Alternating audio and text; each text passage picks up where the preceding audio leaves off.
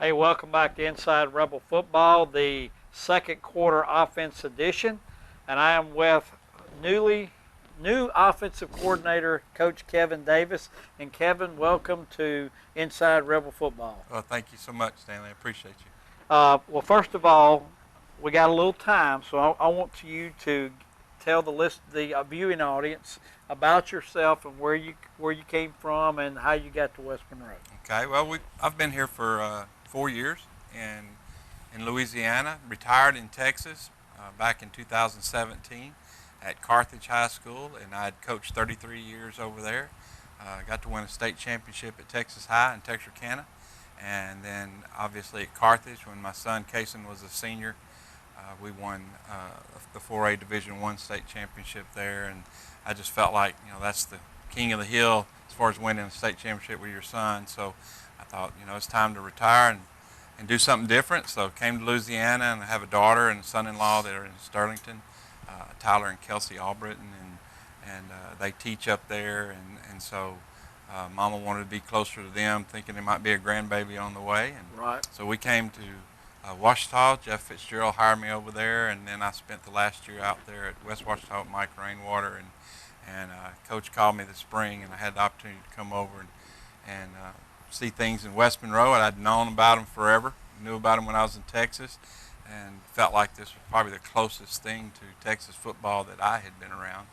And so I was excited for the opportunity and took the challenge. Well, we'd like to again welcome you here, and of course, there's really good football, especially on that East Texas side. From Tyler all the way back, and of course, I go back a long ways, and I know we played a lot of the East Texas schools over the last 25 Sure. years, and great competition over there in Carthage. Your last place was a really good high school, and I know that they have always do well in the playoffs in Texas football. Yes, sir, they do. Well, you brought a couple of guys with you tonight. Would you mind introducing these guys? This is Hayden Federico, just to my left here. He's our starting quarterback right now, and Litton Arledge is our backup. And I can't be more proud of a quarterback room.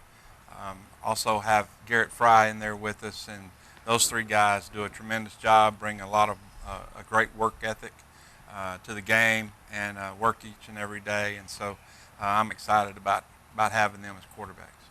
Guys, welcome to the show. Thank And before I interview you, I'm going to ask Coach Davis a couple more things. We got a little longer segment tonight, so do you mind kind of giving us your offensive starters to the viewing audience in the offense, and the guys that are role players that come in and out and bring plays in and out? That's we're trying to do that in a huddle situation. So we've got David Moore at a split receiver, and we've got Matavius Ward at the flanker, and then we'll bring in Zach Fulmer a lot of times there.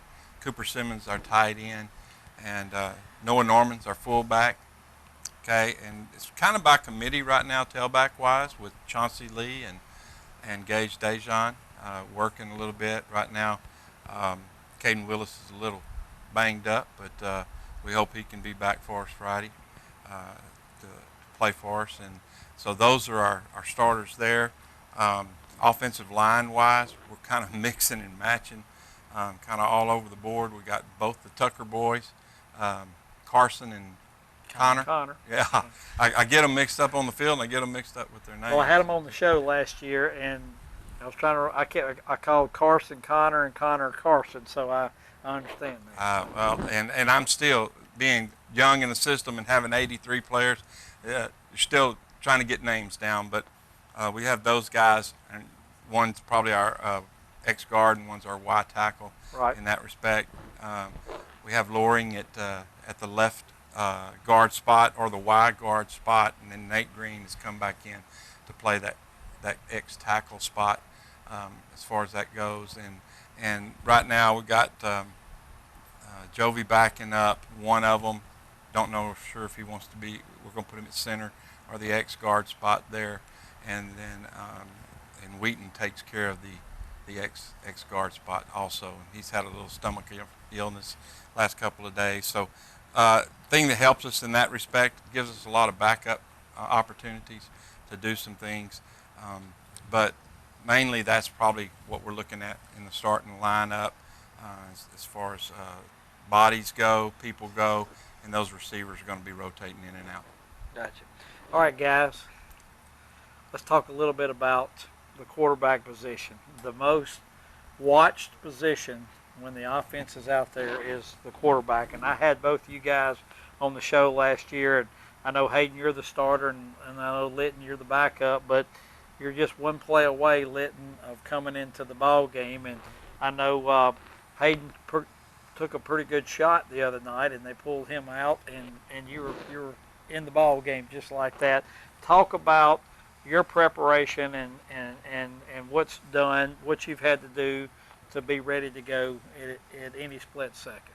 Well, when I'm on the sideline, I know that's one play away, so I always have to be mentally focused in the game and ready to go in. And in practices, I just act like when I go in with the twos, I practice like I'm playing with the ones. That's a great mindset because it can happen anytime. Hayden, I want to first of all congratulate you on the summer that you had in baseball. I kept up with you on Twitter, and being in a different sport, but congratulations to both of you guys on winning a state championship in baseball. I know you were the catcher and you played third, but also you played with Team USA this year, and to my knowledge, I heard led the team in batting average on Team USA this year. I thought that was an outstanding accomplishment, but just talk a little bit about your experience this summer. It was a really impactful summer for me. I got to play with some of the best players in the country, and I think just being around good players makes me a better player because I'm not the biggest and I'm not the strongest and all that, but mentally I feel like I'm just as good as anybody out there, and I think that pushes me beyond my limits sometimes, and it's made me a better player. So translate that to football. How's it helped you be a better quarterback and a better leader on the field? I think it just prepares me, like those big moments, and like I'm ready for it, and I know I'm going to fail. Like in baseball, you're going to fail more than ever, and you're going to strike out more than you're going to get a base hit. And we're young, and that's what we're supposed to do, but failing is going to make us better at the end of the day, and we're going to learn from those mistakes, and I think it's going to make us better at the end of the day. Coach Davis, I'm going to ask you this question, and then you guys feel free to chime in.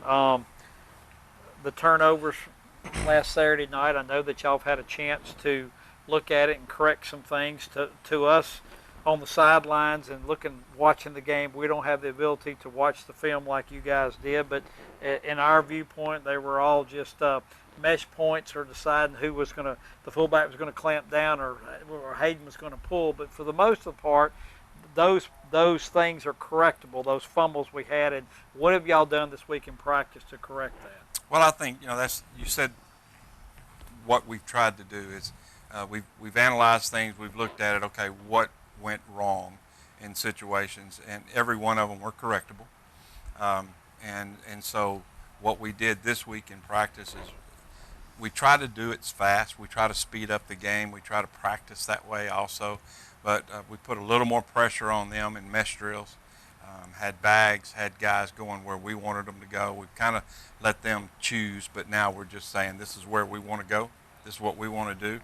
And I felt like it picked up the pace for us, made us have to make quicker decisions.